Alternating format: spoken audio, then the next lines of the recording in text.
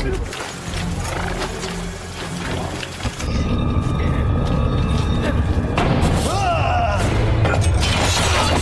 你拿无遮眼养。嘿，别小心，这些都是机关呐。无妨。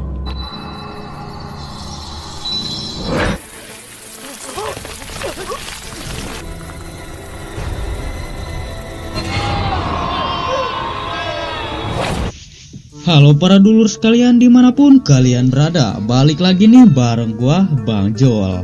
Kali ini Bang Jol akan menceritakan sebuah alur movie Mystery of Muye, The Guardian of the Mountain. Nama yang ribet nih guys.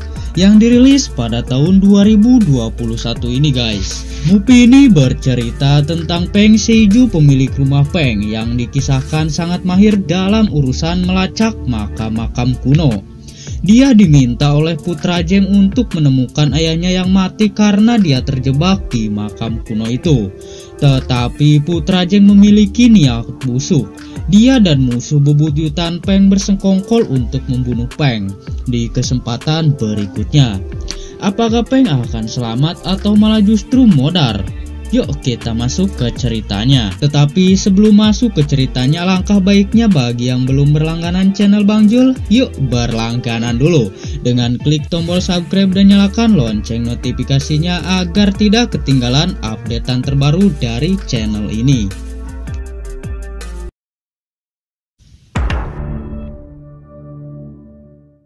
Awal kisah kita diperlihatkan dengan bebengukan nyeleneh penuh nafsu dan uang. Ini dia bebengukannya. Dia adalah seorang komandan Dou Shijeng yang sedang ngobrol tentang turunnya pendapatan emas di sana. Tak lama Shijeng ini menembak salah satu anak buahnya yang diduga korupsi di pertambangan itu. Dan benar saja, setelah ditembak jatuhlah sebuah cincin batu aki yang dia telan di mulutnya. Setelah kejadian itu, Shijeng diberitahu oleh anak buahnya bahwa ada sebuah tempat rahasia yang terdapat banyak emas dan barang berharga lainnya. Tetapi dia juga mendapat berita buruk bahwa anaknya Zeng Dongqi ditangkap oleh bos Chen dikarenakan kalah dalam permainan slot. Zeng yang tahu itu segera mengutus para anak buahnya untuk mencari Chen dan bernegosiasi bersamanya. Setelah itu Zeng masuk ke dalam tempat yang rupanya itu adalah sebuah makam kuno. Di sana banyak perhiasan dan barang-barang berharga lainnya. Tetapi tak lama setelah mereka masuk, salah seorang prajurit menginjak sebuah jebakan yang menutup pintu di sana. Tak lama anak panah terus berdatangan, tetapi Zeng berhasil selamat karena menumbalkan salah satu seorang budaknya untuk dijadikan tameng hidup. Setelah panah berhenti, Zeng menyuruh anak buahnya yang masih hidup untuk membuka peti. Tetapi setelah dibuka, mereka malah terkena sebuah wabah mematikan. Dan tak lama Zeng tertusuk sebuah jebakan berikutnya. Singkat cerita, kabar kematian komandan sampai ke telinga si tangan kanan dan anaknya. Segera Dongxi dan Lancai meminta bantuan kepada Peng, sang kuncen gunung dan pemakaman untuk menemukan sang mayat komandan agung. Setelah sampai di sana, Dongxi langsung rusuh, menodongkan senjata kepada Peng dan menimbulkan keributan kecil di sana. Setelah negosiasi tentang harga lampu, mereka berdamai dan melanjutkan tujuannya. Tak lama Lancai menunjukkan sebuah gulungan kepada Peng. Setelah disiram sebuah air jampi-jampi, sebuah peta makam kuno pun timbul. Tanpa banyak basa-basi, Peng setuju untuk membantu Dongxi. Dan Dongxi pun menawarkan sebuah pendapatan yang akan dibagi rata dari hasil jarahan makam tersebut.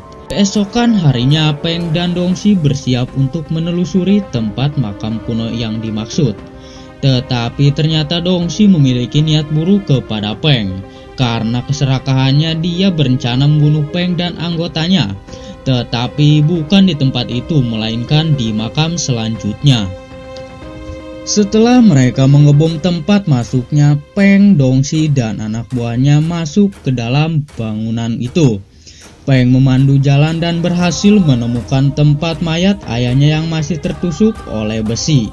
Dongxi yang melihat itu segera berpura-pura menangis seakan bahwa dia telah kehilangan sang ayah. Peng pun menjelaskan masalah dan akibat kenapa ayahnya dan yang lain memiliki luka yang sama. Itu dikarenakan mereka terkena sebuah virus kanker darah yang menyebar dan akhirnya tubuh mayat dipenuhi jamur. Segera Peng menyuruh anak buahnya Jihila untuk memisahkan tubuh dan jamur itu, supaya jamurnya bisa diambil untuk obat, dikarenakan jamur itu adalah jamur langka dan berkhasiat. Setelah diambil, mereka menguburkan kembali dan menutup makam itu seperti semula, serta membawa para mayat yang ada di sana. Singkat cerita, malam pun tiba. Saat Peng tengah tidur pulas, tiba-tiba dia mendapat mimpi basah, yang dimana Peng mengalami mimpi nostalgia pembacokan. Peng pun segera bangun dan berjalan-jalan di tepi gang. Tak lama segerombolan penjahat bodong mengepung Peng di sana. Dengan seni bela dirinya, Peng berkelahi dengan mereka. Singkat cerita, mereka berhasil dikalahkan oleh Peng lalu kabur. Tak lama, para orang-orang kepercayaan Peng datang. Scene berpindah ke tempat kediaman almarhum Komandan Zheng. Kini sang nona telah tiba untuk mendoakan ayahnya. Singkat cerita, Nona Lan berbincang santuy dengan Dongxi.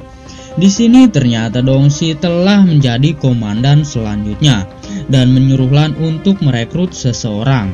Secara kebetulan Lan sedang bersama seorang pria yang tak lain dan tak salah adalah Chen, si musuh bebuyutan Peng. Awalnya Dongxi ragu untuk merekrutnya, tapi setelah Chen membeberkan bahwa dia membenci Peng secara pribadi karena masalah-masa lalunya yang membuat bebenguk Dongxi mau bekerja sama menyingkirkan Peng. Cerita berlanjut, Peng dan anggota Dongxi mencari letak makam selanjutnya yang petanya dia temukan di makam sebelumnya. Tak lama mereka bertemu dengan seorang kakek tua dan anaknya. Si Dongxi yang rusuh ini langsung menodongkan senjata, tetapi Peng menghalanginya. Dia bertanya kepada kakek tua itu tempat yang mereka cari. Sudah pasti si kakek ini tahu dan menceritakan bahwa di sana terdapat sebuah desa yang sangat berbahaya. Dan ketika orang memasuki hutan tidak ada yang kembali. Tapi itu tidak membuat tim ekspedisi Peng gentar. Mereka segera pergi menelusuri hutan itu. Sampai malam pun tiba, Peng menyuruh semuanya menunggu, sedangkan dia menelusuri jalan di sana sendirian. Tak lama Peng pun sampai ke tempat yang dipenuhi dengan orang-orangan sawah, kucing, tetek bengek, dan yang lainnya. Saat itu Peng tak sengaja menginjak jebakan yang membuat orang-orangan sawah itu menyerang Peng. Awalnya Peng berhasil menjatuhkan salah satu dari orang-orangan sawah itu, tetapi dia terperangkap di jebakan lainnya. Saat Peng terkepung, Peng memanggil anak buahnya yaitu Jingang. Dengan cepat Jingang berhasil melumpuhkan orang-orangan sawah itu dan menyelamatkan hidup Peng. Mereka melanjutkan perjalanan dan sampailah mereka di tempat yang bernamakan Desa Lereng Gunung. Peng pun dengan cepat mengeluarkan sebuah jurus rahasia yaitu ilmu penemu goa. Setelah berhasil memecahkan sebuah misteri, menyuruh Jihila untuk turun ke lereng gunung dan memeriksa situasi. Dengan senang hati Jihila pun turun dan mengamati perumahan di sana. Tak lama Jihila menemukan sebuah rumah besar dan masuk ke sana. Dia melihat-lihat rumah itu dan mengambil sebuah barang yang dia temukan di salah satu mayat. Namun tiba-tiba Jihila digigit oleh seekor laba-laba. Tak lama laba-laba lainnya datang yang tidak terhitung jumlahnya. Jihila pun segera lari dan menghubungi Peng bahwa dia dalam bahaya. Peng segera turun bersama dengan yang lainnya. Mereka terkejut dengan keadaan desa yang sudah dipenuhi beribu-ribu bahkan berjuta-juta bahkan bermiliaran-miliaran laba-laba di sana. Tak lama Jihila pun datang dan menyerahkan benda yang dia ambil tadi kepada Peng. Saat Peng melihatnya, dia terkejut dan menjelaskan bahwa desa ini adalah desa terkutuk. Karena hal itu Peng menyuruh tim ekspedisi untuk menelusuri bangunan-bangunan di sana. Namun tak lama satu persatu pengikut dari Dongxi dimakan dan dijadikan bumi hidup oleh laba-laba itu. Sontak itu membuat mereka panik dan segera pergi ke rumah tempat jalan ke makam berada. Tak lama Peng dan yang lainnya menemukan sepasang makam, dan dia juga menjelaskan tentang laba-laba yang menggigit manusia untuk dijadikan sarang berikutnya.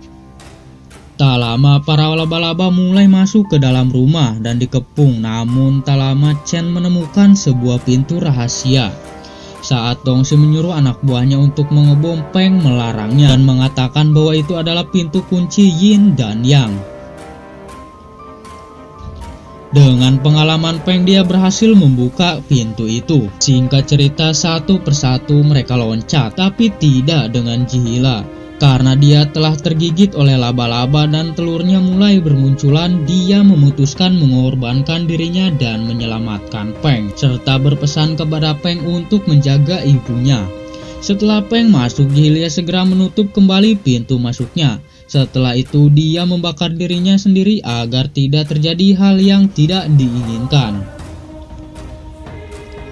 Singkat cerita, kematian Jihila membuat para anggota dari Peng sedih, tapi itu adalah pilihannya sendiri. Tak lama mereka melanjutkan perjalanan dan sampailah di tempat kunci berikutnya, yang tingkat kesulitannya semakin besar, dikarenakan salah satu kunci aja bisa membuat kunci itu hancur.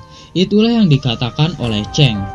Dengan pengetahuan pegunungan dan jejak makam kuno, Peng berhasil membuka kunci dan terlihat sebuah jembatan yang sudah rapuh. Satu persatu mereka menyeberangi jembatan itu. Tapi siapa sangka bahwa jembatan itu juga adalah jebakan. Saat Peng dan si Mbak Montok melewati jembatan, tiba-tiba rantainya putus. Tapi Peng berhasil lolos dengan bantuan talinya, sedangkan sisanya jatuh ke jurang.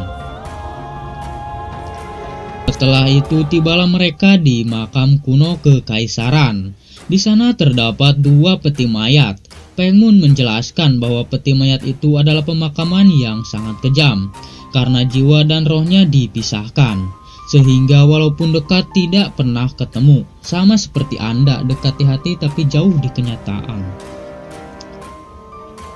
Dongxi yang tidak sabar akan peti mati itu menyuruh anak buahnya segera membuka petinya dan mengambil sebuah tulisan pelet dari kekaisaran yang sangat berharga. Tapi tak lama si Dongxi malah menodongkan pistol kepada Peng, yang ternyata tujuan dia memanfaatkan Peng dan membunuhnya. Tapi tanpa disadari, Douqi juga memberontak dan ingin membunuh Dongxi. Tak lama tiba-tiba makam yang satunya mulai terbuka dan muncul seekor monster laba-laba raksasa, lalu membunuh satu persatu orang di sana, termasuk Dongxi dan Qi.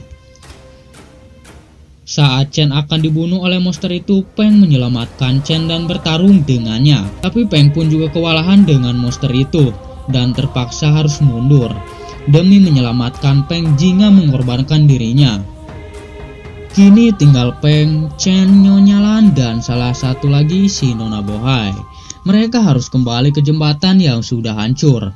Peng yang tahu itu segera meluncurkan tali dan membuat serodotan.